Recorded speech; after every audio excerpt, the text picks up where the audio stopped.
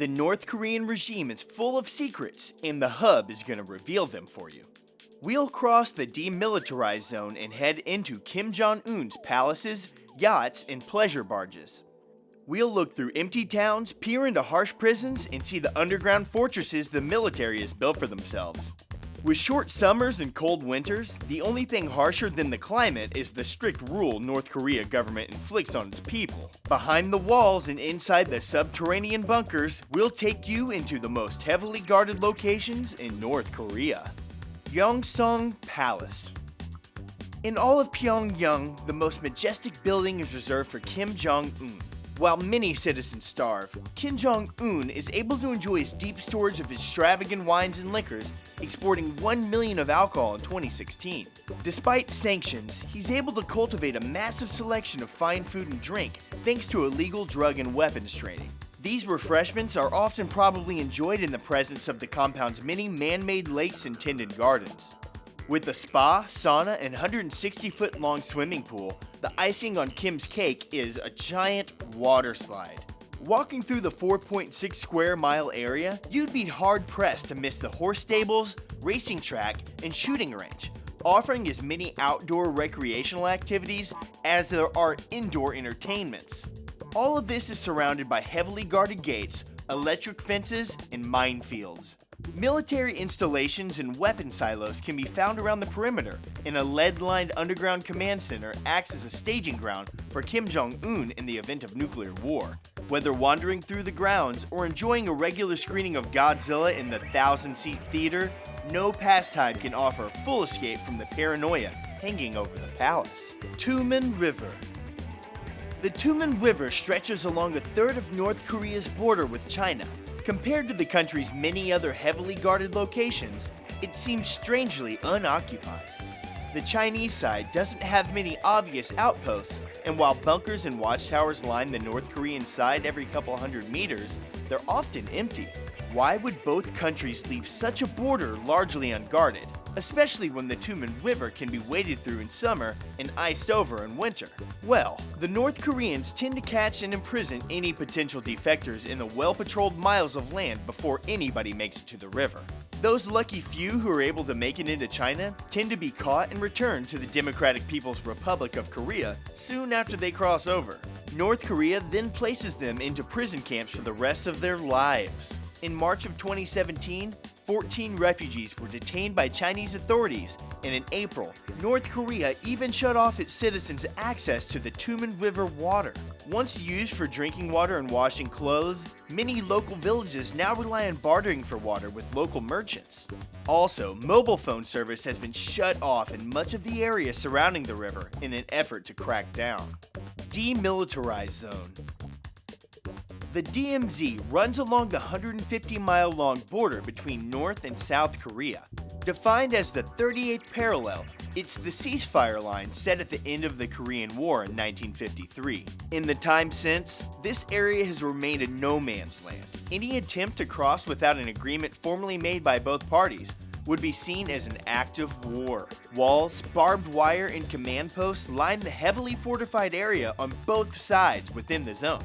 Most of the abandoned land has become overgrown with nature, untouched for the past 65 years. At 2.4 miles in width, both sides agreed to pull back their forces 1.2 miles from each side of the border, so a thin buffer strip would give both nations more space with which to monitor each other. Although certain freight trains have been allowed to transport goods between North and South Korea as soon as 2007, the rest of the demilitarized zone has remained devoid of humans. Instead, this former farmland and subsequent battlefield is now a naturally formed sanctuary for rare birds, dozens of fish, lynxes, and black bears. Panmunjom. One of the few monuments still standing in the demilitarized zone from before the Korean War is the village of Panmunjom. It was here when the truce was signed in 1953, ending overt hostilities. 6 blue buildings line a short street, and at the entrance of each, opposing soldiers stand guard, facing each other.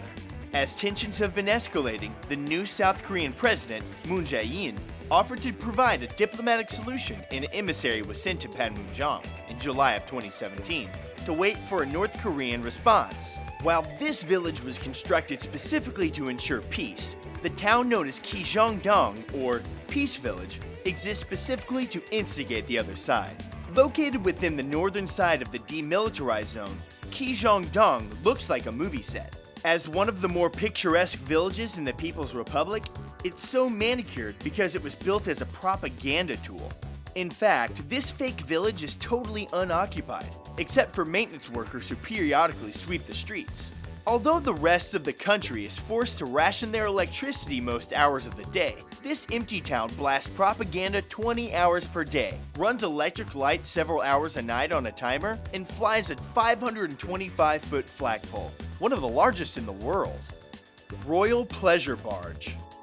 Similar to Jabba the Hutt's pleasure skiff from Return of the Jedi, with dancing girls, a weird band, and a slug-like leader, Kim Jong-un has his own floating party ship. Spotted across the bay by a Western chef hired to cook for Kim Jong-un on his yacht, the chef described the barge as such a secret that guards tried physically turning the chef's head away to keep him from looking at it. Chef Hermano Ferlanes later drew the pleasure barge from memory for news outlets, describing a 4-story glass structure with rooms and decks for guests. A staircase leads to the top with a hot tub, deck chairs, and a spiraling water slide which takes guests down to the pool on a floating base. Apparently, the ruler of North Korea is such a fan of water slides that in 2013, he had his own water park built in Pyongyang. But when he really wants to get away, he takes his portable water park out to sea. Originally built for his father, Kim Jong-un not only inherited the barge, but he also gained the paranoia. Guard towers are situated on each sea level corner with armed personnel ready to fire at any uninvited guests and blow whistles at anyone too young to jump in during Adult Swim. Prison camps. The U.S. State Department recently released a report detailing the conditions in 6 of North Korea's infamous prison camps. With a wide range of crimes, from offenses we probably wouldn't consider criminal to the expression of ideas, contrary to what North stands for, more than 50,000 citizens are imprisoned in these camps alone. These forgotten members of society usually spend the rest of their lives behind the camp walls, subjected to brutal interrogation techniques. Guards are encouraged to beat prisoners to death and refrain from properly feeding detainees, forcing them to forage for rats, snakes, and frogs. Roughly 70% of the population is going hungry outside the camp walls, so you can only imagine the horrors going inside these makeshift prisons. North Korea's 3 generations rule dictates that 3 generations must pay for the relative's crime. Under this law, grandchildren are born, live, and often die in prisons for crimes their grandparents committed. With that barbaric rule in place, these prison camps are likely to remain filled for some time to come. Hidden islands. While Kim Jong-un parties in lavish palaces and personalized yachts, Korean construction teams work at feverish paces to build secret man-made islands. When satellite images revealed that sets of small islands popped up seemingly overnight in the Yellow Sea, authorities in South Korea and the West were worried. Built out of the sea some 124 miles away from Pyongyang, the islands lie near Sohae, which is a major military staging ground. Likely intended to house much of North Korea's nuclear testing facilities, the fact that these could just appear under cover of darkness is definitely concerning to those trying to stall North Korea's ambitions. With wide roads perfect for trucks transporting nuclear equipment, heat-resistant concrete ideal for launch pads, and the strong potential for anti-aircraft weaponry, these islands are being fortified to supplement or possibly replace the current test sites hidden away in Korea's mountain ranges. Experts initially thought these islands might have been built to house agricultural facilities and duck, oyster, and fish farms to feed the hungry population, as some similar farms are found in the nearby coastline. But once the satellite images revealed VIP buildings made for Kim himself, their worst fears were confirmed. Underground bases. The North Korean government is no stranger to underground contingency plans. In 1974, an underground tunnel was discovered beneath the DMZ, extending nearly a kilometer north. It was capable of transporting 2,000 soldiers per hour into enemy lines, if the occasion called for it. 4 years later, a longer tunnel was discovered able to fit even more manpower. It's believed more than a dozen similar tunnels remain undiscovered, but none have been found since the 1990s. This is probably because the North Korean Army Air Force has been building submerged bases to hide the full might of their firepower. 3 different bases are believed to be located at Wonsan, Jangjin, and Ongchun, with one containing a nearly mile-long runway built into the side of a mountain. There's also believed to be 800 heavy concrete bunkers built near the demilitarized zone, able to hide up to 2,000 troops each. Thousands of other bunkers are believed to be located throughout North Korea, with special preference given to military and government leaders, and some tunnels built near cities for those populations. Until these bases were to reveal themselves by either releasing hidden troops, weapons, or vehicles, we only know of their existence from the testimony of defectors. Rungnado Mayday Stadium. With metal detectors, guards, and cameras, arenas and coliseums throughout the world have amped up security in recent years.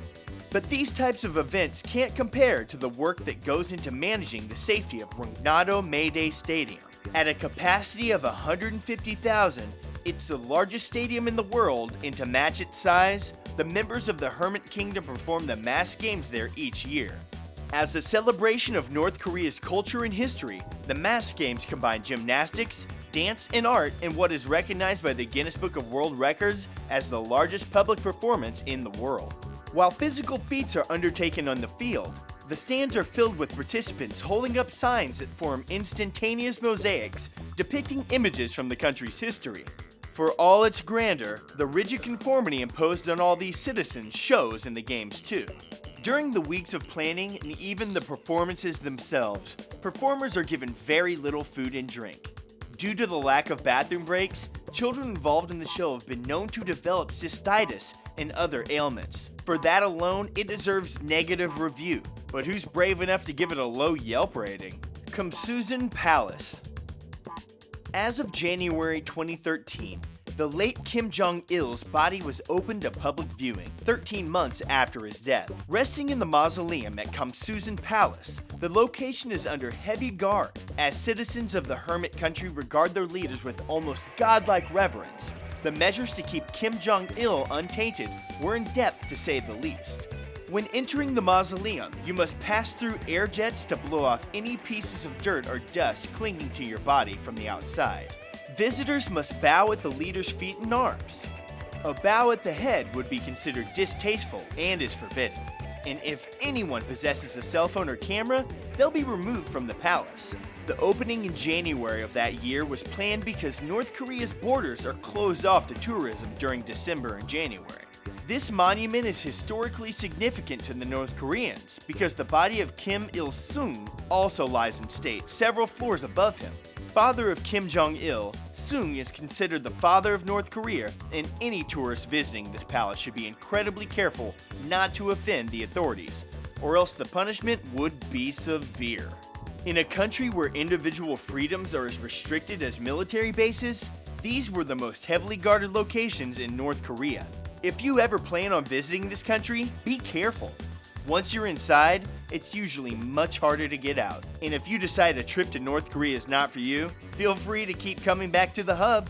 See you next time.